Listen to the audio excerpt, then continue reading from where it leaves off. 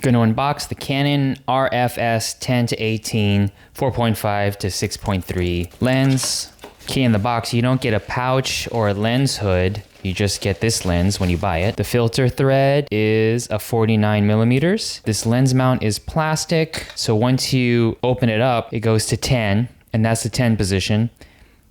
Then there's the 18. I've been using the Canon 10-18 on the Canon R50V. Here are 5 reasons why I think this lens is amazing.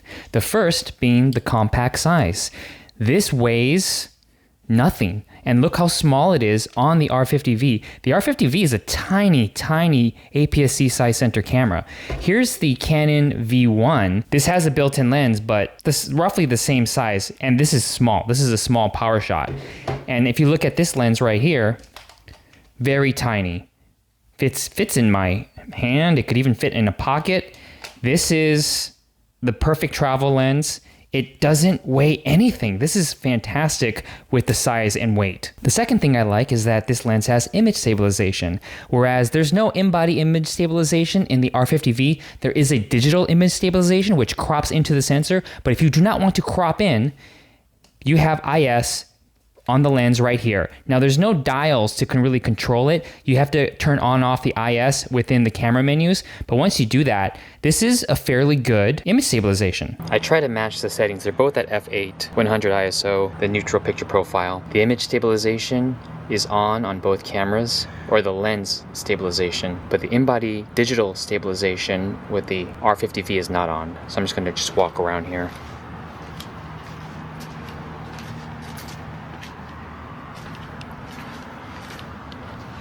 Now I'm zoomed in a little bit.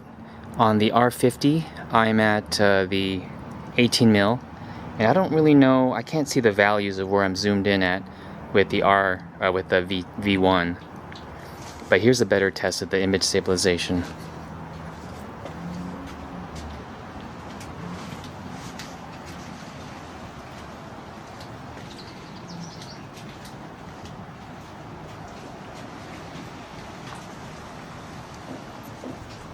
Number 3, the autofocus is silent and it's just as fast as any of the other Canon RF glass. I haven't noticed a difference in the speed. Number 4, which people aren't really talking about with the 10-18, is that this lens can stop all the way down to f22. Not many lenses can do f22. So if you look right here, f-stop, I can go down all the way to an f22. Now, why does an f22 matter? f22 matters because when you're out in very bright sunlight, there's no ND filter in here. You have to screw on an ND filter on the lens. So this applies mostly to people shooting video where they want to maintain a lower shutter speed, like a 1/50th shutter speed or a 1/60th shutter speed, depending on your frame rate. And when you're at that shutter speed and you're in bright daylight, you have to have ND filters. But if you forgot it at home, or if you're not shooting, you're not really cared much about shallow depth of field, stopping down to f22, you can just go with this setup, go out on a sunny day and shoot f22 and get perfect exposure. And then go back to an f11. Now even at f11, you can see the sky is blown out.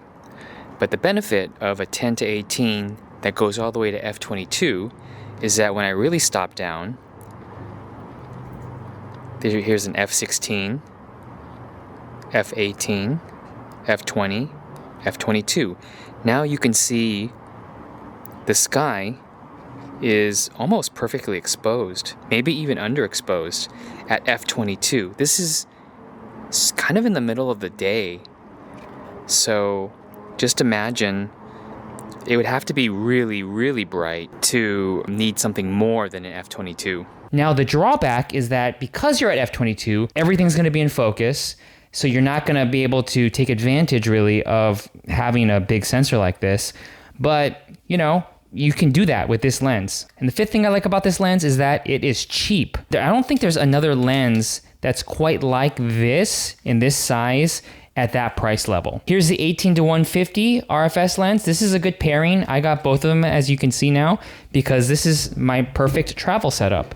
Now the biggest drawback with the 10 to 18, this is a 4.5 to 6.3. So 4.5 to 6.3 means it's not good in low light. It's not good indoors without artificial light. If you shoot at night, if you shoot a lot of indoors, then this might not be the lens for you. But if you're outside or if you're in well-lit environments, look at this lens. I just love this. It's a good buy. I'm going to hang on to this for as long as I hold on to the Canon R50V.